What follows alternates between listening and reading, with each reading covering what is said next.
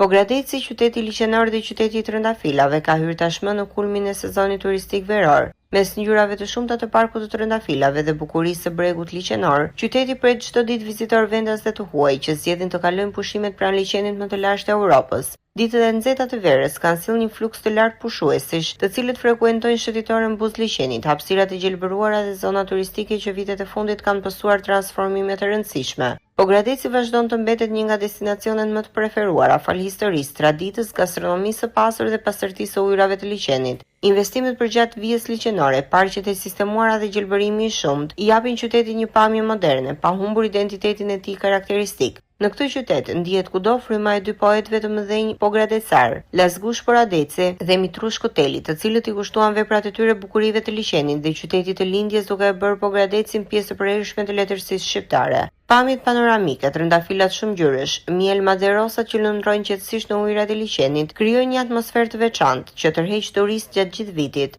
Shëtitjet buz liqenit mbeten një nga aktivitetet më të preferuara të vizitorëve, të cilët shijojnë qetësinë dhe peizazhin unik që natyra i ka falur këtij qyteti. Kamera e televizionit Apollon solli këto pamje të mrekullueshme nga Pogradeci, një qytet që vazhdon të mbetet ndër perla turistike të Shqipërisë, ku natyra, historia dhe trashëgimia kulturore ndërthurën në mënyrë harmonike. Një qytet që ruan me krenari kujtimin e Lazgush Poradecit dhe Mitrush Kotelit, ndërsa mirëpret çdo ditë vizitorë të rinj në brigjet e liqenit të Timaj Gjepsës.